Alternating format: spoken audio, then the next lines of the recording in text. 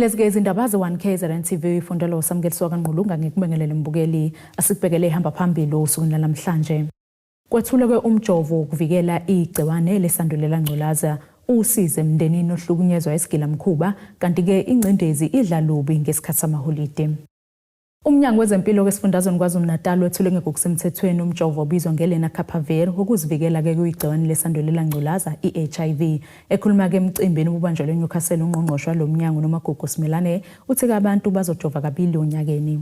Ukwanda kwesibalo esiphezulu kuleli sabatheleleka ngegciwane lesandulela ngculazi, umnyango wezempilo wethula umjovo ovikela abantu ukuba bangatholi leli gciwane. Lo mjovo obizwa ngeLena kulindele ukusize kakhulu kanti usebenza njengoPrep obekuthathwa amaphilisi insuku zonke ukuvikela ukuba utheleleke ngegciwane lesandulela ngculazi. Ungqongqoshe wezempilo esifundazweni KwaZulu-Natal noMagugu Simelane ukushayela ihlombe ukufika kwalomjovo ngenkathi wethulwa eNyukhasela. Umjovo obizwa ngokuthi iLenacapavir. Ngiyazi ke kodwa lelo gama lela lijwayelekile ide kakhulu.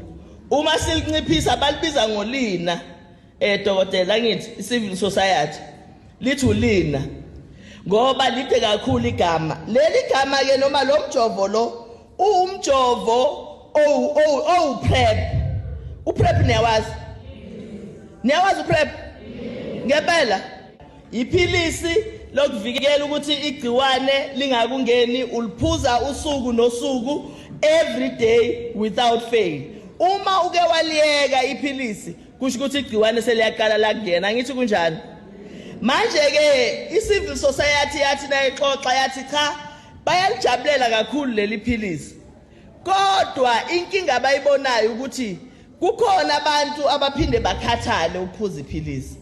Ayikho yini indlela yokuthi kube khona noma ngabe umjovo noma ngabe iphilisi eliphuza kanye mhlambe ngo3 months ukuze abantu bangaliphuzi everyday leli philisi. Niyayibona le ndaba? Umphakathi kulindele ukuthi ujove kabili ngalomjovo onyakeni ngeke kusafana nokuthatha amaphilisi kaPrep wona abethathwa zinsuku zonke. Injector kabili nje kuphela onyakeni. Ujova once every 6 months. Niyayibona leyo ndaba? Awube ngithi ngizojabula.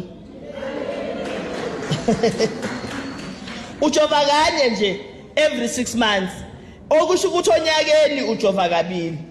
Ulina ke usiza ngalokho ukuthi ukwazi ukuthi nangabe unenkinga yokuhlala emaphilisini ukwazi ukuthi ujove and ukwazi ukuthi uhlale ngawo isikhathi eside.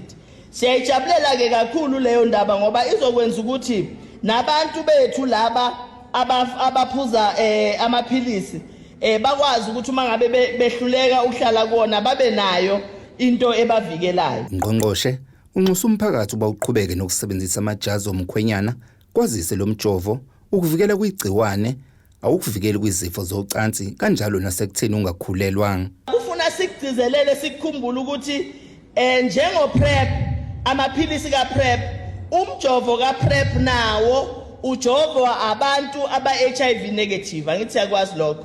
So nalokho ke akashintshi kuyinto efanayo. Kodwa uPrEP ukhona unjalo sithi thina abantu abaqhubeke nokuyivikela. Ungasebenzisi uPrEP wodwa, ungasebenzisa amaphilisi wodwa, ungasebenzisa umjovo wodwa, nama condoms njengoba khona akuqhutshekwe asetshenziswe ngoba umjovo lo uyavikela ukuthi noma uzokuvikela ukuthi igciwane lingangeni. Kodwa awukuvikeli kwezinye izifo ezithathelana ngocansi. Niyayibona leyo ndaba? Awukuvikeli futhi ekutheni ungakhulelwa uma ngabe ubungakuhlelela ukukhulelwa. Niyayibona leyo nto? Lo mjovo ubonakala uthakaselwa abaningi nasezinkundleni zokuxhumana. Izindabeni ze-1KZN TV bikuthi abantu maphumulo eNyukhasela. Ukhala ngokuhlukumezeka kumndeni wakacele eGcilima obhekene nenkinga yezigilamkhuba eziqhekeze omakhalekhukhwini babo zenza ubugebengu zisebenzisa imininingwane yabo. Oyilunga lomndeni uThembelihle Cele uthi ke insuku zonke bathola ke imiyalezi basabisayo ngokubabulala njengoba ke lezi zigilamkhuba zithatha izikweletu ngemininingwane yabomndeni wakacele. Uhlukumezekile umndeni wakacele eGcilima kuWard 9 ngaphansi kwamasipala Rinkonyeni othi kwahekwa izinombolo zabo bonke ekhaya kwasetshenziswa imininingwane yabo ukwenza ubugebengu. uthi sekushiswa izindlu zakubo zaze zabantathu kanti sebelalo benyoni njengoba bethola imiyaleze basabisa ngokuthi bazobulawa ngokushiswa nendlu. Lona wesifazane uyachaza. Sinenkinga la ukuthi la ekhaya sihlezi kahle siyahlukumezeka. Ekuhlukumezekeni kwethu kwaqala ngephasika ngoApril. Kuqala ngokuthi uhekhwe ingane yasekhaya untandokazi lo umile eduze kwami. Wahekhwa ku Facebook. Sangazi ukuthi uhekhiwe sabona ngoba nakho esethola ama calls asuka kubantu abasho ukuthi ba depositile imali kanti sivumelene ukuthi sizohlangana kwenzakalani. Namanye ama message futhi awathola ku WhatsApp kwaqhubeka kwaze kwafinyelela la khona sekushawa amawindi kushiswa izindlu igaba ezahlukene. Yaqhubeka lento yenzeka ngalesikhathi yenzeka lento labantu laba bayaqhubeka babhala ama message usuku nosuku, ama message amanye ayasabisa, amanye ayasho ukuthi ayikho into esingayenza, amanye ayasho ukuthi kumele sithuthe kule ndawo sihambe ngoba la asidingakali. Ubaba wethu osalayo bathi ngoba uyisihambi la kumele ehambile la kule ndawo ngoba uyabaphazamisa singazi kanjani. Uthi basebenzisa imininingwane yabo kamazisi ukwenza ubugebengu. Kwafinyelela la sebe namakhophi wethu ama-ID singazi bawathole kanjani. Lamakhophi wethu ama-ID behambe beyenza yonke into abayithandayo ngayo, behambe beposta ngathi kuma group ahlukene befaka zonke into ezingasile ngathi ebantwini mabenza konke lokho abakwenzayo makuvezwa kube ngathi yithi. Kwafinyelela la ekutheni khona sebevala nama phone numbers wethu sesingakwazi ukuthi sitholakale. Umuntu mayethu uyafona kuthina angakwazi usithola athole bona. Uthi kuzo zonke lezi igameko bebewabikela amaphoyisa. Kuzona zonke le igaba engishoyo ama case akhona, ama case numbers akhona ngoba besiwabikela kuyona yonke into amaphoyisa. Uthi kusho kokuqala bavuswa umakhelwane izintathu ekseni. Round oqala ngalesikhathi usha sasilele ngeintatha mangaphazama I think kwakulanga bo2 sezwa ngomuntu enokha ethi nayi indlu yasha ememeza igama lami ethemba lihle kuyasha babucele kuyasha indlu yasha. Sisabe ukuthi ngoba labantu bayasazi abesathi umayi ungaphumi esho kubaba uthi angaphumi. Sabona ngokuthi sebesuka la behamba beyongena la kamakhelwane babuye sebephethe amanzi ukuthi hayi ngempela bazosisiza kube sekuba imasi yaphuma ke sucisho oqala. Uthi amacala angena nsuku zonke. Izolo kufikile izingane la zifika zithi zifuna kababucele oyinyanga mabefika bathi bathunyiwe ukuthi bazofuna ifoni ilahlekile. Siyabuza ukuthi hayibo ifoni e10 leyo bathi ifoni ilahlekile ngomhla ka16 eThekwini. Kwase kuphendula mina ukuthi bangafika ekhaya ifoni ikhona esekhaya. Ngithi mina ngiphendula kanjani bathi ngiphendule egroupini igcilima eyethu ngasho ngathi ifoni ikhona esekhaya. Into lapho engingayazi kanti ibona labantu abathumele le ingane ukuthi zizofika la. Uthi lezi igameko zibahlukumeze kakhulu. Zisihlukumeze kakhulu njengoba sibona le mizimba esiyona kuyona imizimba yethu ngoba nokulala sikwazi. Angeke size sikwazi ukuthi sithi siyalala ebusuku bathi abantu belele sebesihlezi ngoba sazi ukuthi masilala kuzokwenzakalani ngoba kade besho ukuthi bazokwenza into yokuthi silale sonke. Ekseni makuvuka abantu bavuke sebezobutha umlotha. Ubaba wakuleli ikhaya uthi bahlukumezeke kakhulu. Sihlukumezeka kakhulu ekakhulukazi izingane. Sinamawele la alonde nalwande njengamanje bavakashile. Abaphasanga kahle esikoleni ngoba ngiyile nasesikoleni ngafika ngalichaza udaba ku-principal ukuthi lezi ngane ayilali kahle siyahlaselwa umuzi ushaya ngamatshe. Leli ikhaya engikulona njengamanje alikho iwindi elisebenzayo bawashayile onke sihleliswe kwenyamazana sibekezele nje ngoba siyamthemba uNkulunkulu kube kuya ngabantu ngabe sisathutha sahamba kodwa ngoba siyayithanda indawo futhi ngihleli nami futhi ngisebenza kahle abantu bangithemba ngaphandle kwezitha. Esihlukumezekile leli khaya kusukela nje sibuye ephasikeni akubanga kuhle leli khaya ngoba kahle hle abantu abakwenzayo esingabazi umheko noma ukuhekwa lokho abakho ukuskena okuningi kakhulu. Uthi bayalicela usizo ngoba akukho la bengasalifuna ngakhona. Ilokho nje ebesinxusa ukuthi sicela usizo kulesimo esingaphezulu kwamandla ahlele kahle. Uthinta umnyango wezokuthuthukiswa komphakathi esifundazweni KwaZulu-Natal uthathe yonke imininingwane yalomndeni wethembisa ukungenelela. Lo mbiko benuwethulelo Zamando Sicele wezindaba ze1KZN TV ngisegcilima. Njengoba ke sekusele amahora ambalwa kusonge kunyaka 2025 usonhlalakahle nophinda bekumeluleki wezongqondo uAndile Ndludi uchaze njengonyaka imental health pandemic ngenxa yomthelela wezigameko zawo kwezengqondo kuleli. uNduli bekhuluma nezindaba eThekwini nalapho ke enikezele ngamaso okugwema ke ingcindezi ezake nesikhathi samaholide okuphela nokuqala konyaka omusha. Njengoba isikhathi samaholide sisho ukuchitha isikhathi nemndeni ukubhiyozela imihlomulo eyahlukahlukene kanye ke nokunye okuningi kwabanye lesikhathi sisho ukwanda kwengcindezi nexhala ngenxa ke yezizathu ezahlukahlukene kufaka ke ukuhluleka ukufeza abebezibekele kona nokunye okuningi. Kulonyaka ngithi ke mina sibhekene ne-mental health pandemic because siphuma kwizinto ezinzima vele noma sesifikile kulonyaka siphuma kwizinto zo-COVID siphuma ko-looting so zonke lezo zinto esabathinta abantu namanje and worse ke lezo zinto ke kade zikhona usuficwa nayo lekho esikubiza ngokuthi grief khona abadlulelwa abantu emhlabeni abangasenabo manje so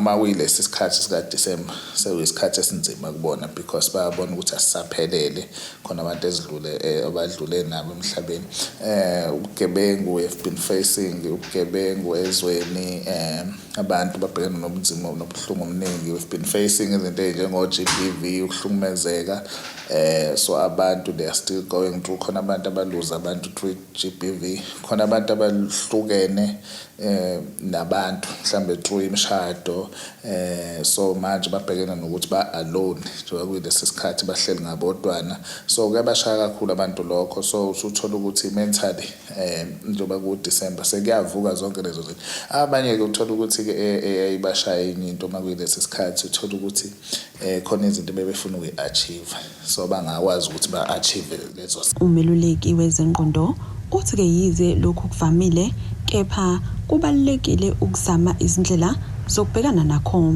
Ngoba lesikhathi sama-holiday umuzi unencindezi ukuthi ungaspend isikhathi uhleli ndawonye okunye futhi kubaleka ungaspend isikhathi kakhulu efonini abantu abaningi uthola ukuthi ngale sikhathi baspend isikhathi kakhulu efonini nakwi-TV that's why uthola ukuthi abanye abantu ngale sikhathi baprefer ukuya endaweni engena TV nengena amafoni so that bezokwazi ukuspenda isikhathi and into ebalekile emphakathini usemphakathini umuzi unencindezi ungahlali wedwa hambe kuleyo mcimbi yemphakathi makukhona ama-gatherings omndeni uye kuwona because leyo nto leyo ikwenza ube ne-sense of belonging bese ke futhi uthola ukuthi ngesikhathi uhleli wedwa uqhela ophuzo nodakayo ngoba ngesikhathi uphuza ingalesikhathi uzogaina more ube addicted ukuthi kushaya unyaka ozayo wena usune addiction yotshwala so kubalekile ukuthi ungathi ngesikhathi uzizwa ubhorekile noma ulonely ngalesikhathi bese usuthatha uphuzo oludakayo and kubalekile ukuthi ke uma uhleli wedwa izakhele izinto ozozenza kungabe ukuthi uhlezi nje kubalekile ukuthi uma ukuthi uyajima uhambe ejimini uma ukuthi ufunda incwadi uma ukuthi khona abangani osukusubakhile eceleni uhambe uhlale nabo lawo bangani. Kuxwayiswa nabazali ngobungozi bokunganakekeli abantwana abangaphansi kweminyaka eli10 nabagcina sebezibandakanya nophuzo oludakayo ikakhulukazi ngalesikhathi. It's concerning ngoba uma nje ubona ingane iphethe ibhodlela lokuqala mentally i-brain development yomntwana iyalimala because uma ubuka i-brain ukudevelopa komqondo womuntu ukudevelopa from esamncane until the age of 25 so ngesikhathi ephuza utshwala esamncane ulimaza lento esithi i-frontal cortex okungamafutha lapha emqondweni so usuthola ukuthi and leyo part is responsible for ama-decision making umuntu so that's why ukuthi uma ubona abantwana bephuza utshwala kulimala leyo part yomqondo leyo kuthatha inqumo that's why uthola ukuthi umuntu uma esephuzile uzothatha inqumo ezirong enze izinto ezirong nama-emotions akhe ayashintsha. Ezindabeni ze1KZN TV uBikuntombi khona Mvubu ngeseThekwini. Asithishelele etolo sibe siqhubeke nazo indaba zethu.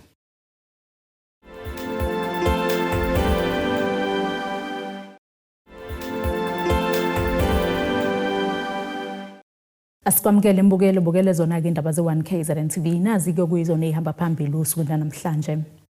Kwethulwe umjovo wokuvikela igciwane lesandulela ngculaza usize emndenini ohlukunyezwa isigilamkhuba kanti-ke ingcindezi idla lubi ngesikhathi samaholide. Imeya kaMasipala Majuba uThembelihle Mthembu uveze ukuba-ke inkinga yokuphakelwa kwamanzi ingqinamba enkulu ebibhekene nesifunda kodwa kuMasipala uzolokhu uqhubekile nemizamo yokuhlinzeka imiphakathi ngamanzi. UMthembu ubeke kanje ngesikhathi-ke ibungaza unyaka esehhovisi njengomeya walomkhandlu. Imeya kaMasipala Majuba uThembelihle Mthembu ubungaza unyaka esehhovisini likameya lapha veze khona ukuba izinkinga eziningi zamanzi sezixazululekile. Lokhu futhi bekumaka izinsuku ezu365 days ngangena eoffice lokuba umeya njengoba ngangena unyaka ondlule kunama challenges nokho ke enziwa khumbula msazi ngoba ngesikhathi ngingena kwakunesomiso amanzi engaphumi idistrict yonke umuntu wamela gijima enza imizamo ukuthi amanzi ayaphuma agcine ephuma maningi kama challenge indlela ibingekho lula esiwa-addressayo zomasipala inkinga yamanzi kuseyiyo futhi eseqhulwini sinazo inhlelo zokuthi sifake infrastructure bengiyolontsha nje iproject ngeviki elidlule lapha eGoedhoop iproject ezosiza ukuthi kuklinwe isuwa edonswe edolobheni emadlangeni ngoba bekusetshenziswa amahanisakha ama-truck ukudonsa sekuzofakwa amapayipi ayochitha directly lapha bese iyaklinwa indle bese kuthathwa okusetshenzwayo kusebenze kulahlwa. Uqhube ngokuthi bayaqhubeka nokulungisa ingqalasizinda komasipala behlukene abakhelele lesi sifunda. Sinawo futhi ama-project eziwalontsha lo nyaka mawuqala awo futhi amanzi ngoba asimile ekhambiseni amanzi emphakathini. Siyazi kunengqalasizinda eyisekhona phansi engaphuma amanzi sinazo futhi inhlelo zokuthi si-establish ama-project ukuthi amanzi agcina sephuma kuzo zonke indawo la amanzi angaphumi khona. Kanti uphinde waveza ukuba njengengxenye yokubungaza unyaka esehhovisini likameya uhlanganyele nabadala bakulesi sifunda njengoba nabo kufanele ukuba benakekelwe. Njengoba bengikhuluma nje nabantu abadala emadlangeni nakhona la eDanhausen bengigcizelele emphakathini ukuthi abantu abadala kunalesi sifo ekuthiwa dementia esenza ukuthi umuntu omdala akhohlwe nokuthi ukuphi bese begcina be-accuse ngokuthi bebeyothakatha kanti umuntu omdala bekhohliwe. Ngi-emphasize nanokuthi abantu abadala banakekelwe.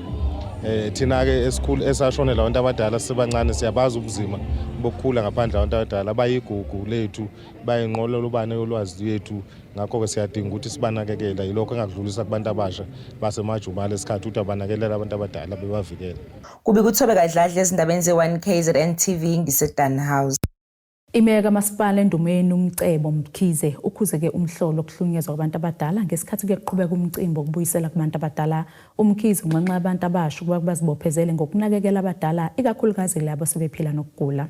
Imeya kaMasipala Endumeni uMcebo Mkhize uhlanganyele nabadala bakulo masipala lapho eqinisekise khona ukuba banezinhlelo emkhandlweni zabantu abadala. Siyafisa futhi uqinisekisa ukuthi sesinonyaka se-office. Sathi mazikena kwaba ezinye zezinto zokuqala ezesazenza ngonyaka ondlule uma uzokhumbula. Sasisendaweni yase-Ward 5 eMatatane Farm.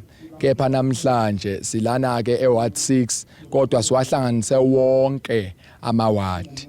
Ngiyafisa-ke ukuthi umuntu aqinisekise ukuthi abantu abadala bethu njengoba bela banazo inhlelo ngokomkhandlu under i-office laka priority programs.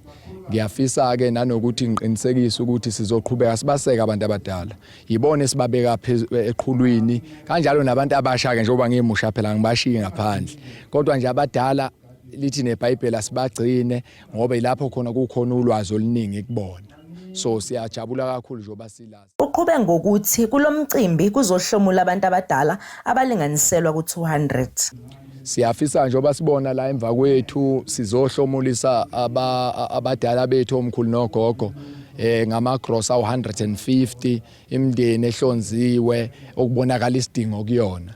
So wonke umuntu la nje ubona begcwele la wonke umuntu uzophuma ephethe. Sihlangene-ke sibaningi la khona ngisho ama-ward committees nawo azobungaza kanye nabadala bethu. So umkhandlu wasendumeni uthatha leso sinqumo sokuthi ubungaze nabadala kube khona abantu mase bebuyele ekhaya beyophunga itiye bephuza ojuice bedle kungabibikho oswelayo ngalesi sikhathi sokujabula. Khona manjalo bese nxenxa kuba intsha ipheza ukuhlukumeza abantu abadala.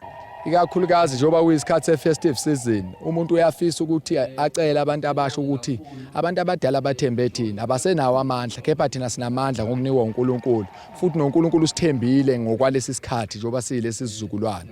Siyacela ukuthi abantu bakithi sibaphathe kahle abadala.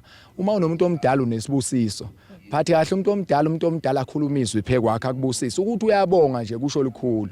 Ngithi angidlule kulapha kubantu abasha. Ngisho iBhayibheli yasiqinisekisa ukuthi lize lithi lapha ezincwadini ezizokuqala eBhayibheli lithi uma ubona umuntu omdala sukuma phambi kwakho lithi bosukuma phambi kwempunga. So lichaza khona umuntu omdala umuntu okuhlonishwa kwasendulo nje. So siyacela abantu abasha ukuthi bebasekele abantu abadala sibambisane kukho konke. Siyabonga.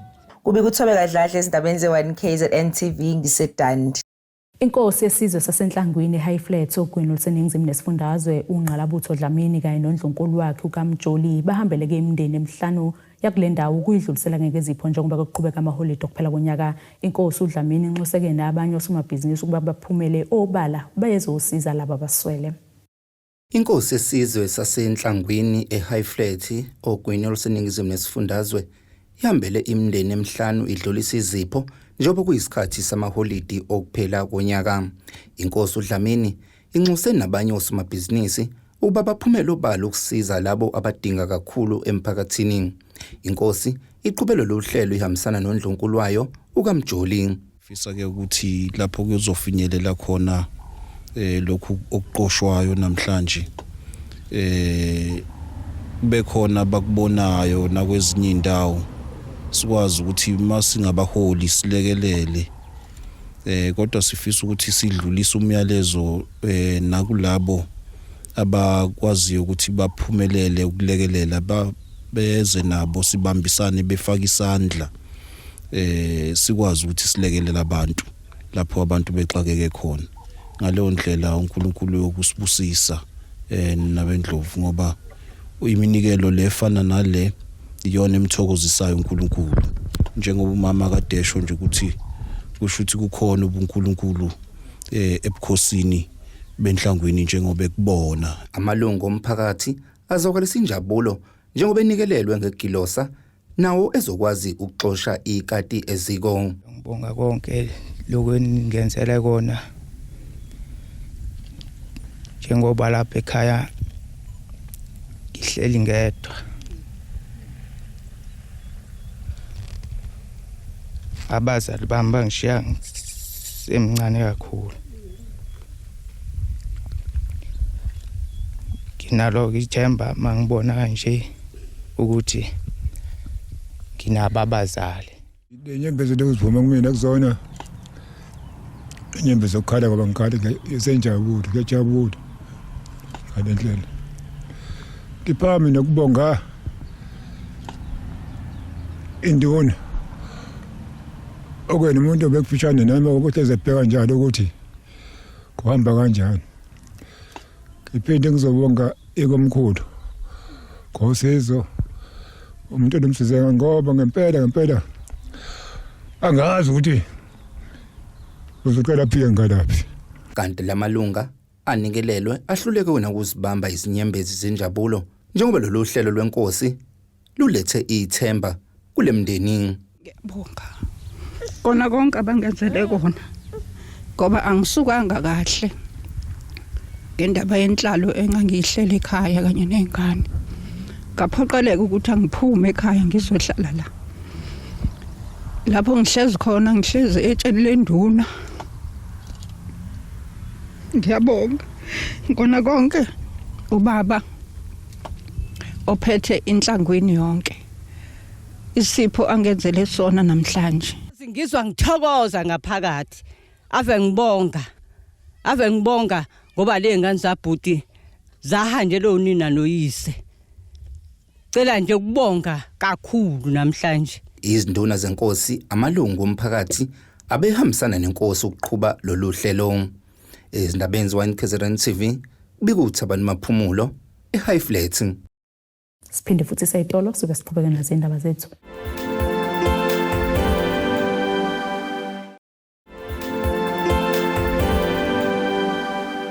Asiphinde sikwamukele mbukeli ubusabukele zona ke indaba ze1KZN TV nazi ke besithi izona behamba phambili osukwini namhlanje. Kwethulwe umjovo wokuvikela igciwane lesandulela ngculaza usize emndenini ohlukunyezwa isigilamkhuba kanti ke ingcindezi idla lubi ngesikhathi samaholide. Ake sibheke ngosini yezomnotho. Irandi lakuleli-ke liwu-16.62 emaqhathiswa nedola laseMelika, libe u-22.32 emaqhathiswa nepound laseBrithani, libe u-19.48 emaqhathiswa ne-euro lase-Europe, igolide lona u-$4,313.15 i-ounce, uwola ngahluzo wona u-$61.33 umphongolo. Ake sibheke ngosini yezemidlalo. Iqembu lesizwe laseTanzania lizibekele indawo kumzuliswano wela-16 we-AFCON oqhubekayo eMorocco. Leli qembu ke lizobhekana nosokhaya eMorocco kuwela-16 ezobanjelwa eRabat ngesonto. iTanzania ingelinye lamaqembu akwazile ukudlulela esigabeni somkhumula jersey yize ke iqede endaweni yesithathu ku-Group C. Leli qembu eliphekwa nguMiguel Gamondi lidlale ngokulingana ngegoli elilodwa ngapha nangapha libhekene neTunisia kokugcina wamaqoqo. Nasike isimo sezulu sakusasa singalindeleka.